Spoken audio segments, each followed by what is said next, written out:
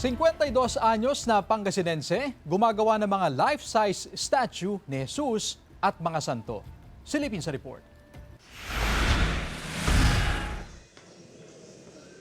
Karaniwang gawa sa kahoy o epoxy resin ang mga imahen.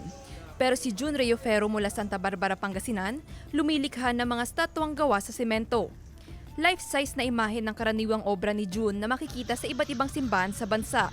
Hindi nakapagtapos si June sa kursong architecture at walang formal training sa sculpture. Pero isang biyaya umano na magkaroon ng talentong makagawa ng mga religious artwork. Iniisip ko din noon na paano ako nakapunta ganito. Siguro sa tulong ni Lord siguro na dito ka, sabi niya siguro.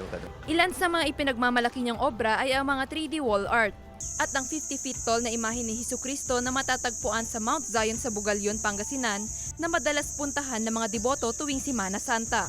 Siyempre, trabaho mo yan gawa mo dinadayo ng mga tao. Maging ang mga kasamahan niya sa paggawa ng mga obra ay nabiyayaan din ng talento.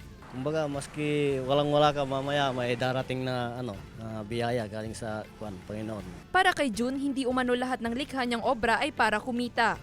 Para sa kanya, ipinahiram sa kanya ng Diyos ang talento upang maging instrumento sa paglikha ng mga imahen. Isa rin itong paalala sa mga sakripisyo ni Hesukristo para mailigtas mula sa kasalanan ang sanlibutan.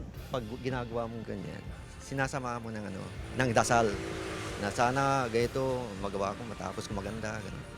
May kasama yung dasal. Kasama si Ron Taniedo, Joel Fernandez, One North Central Luzon.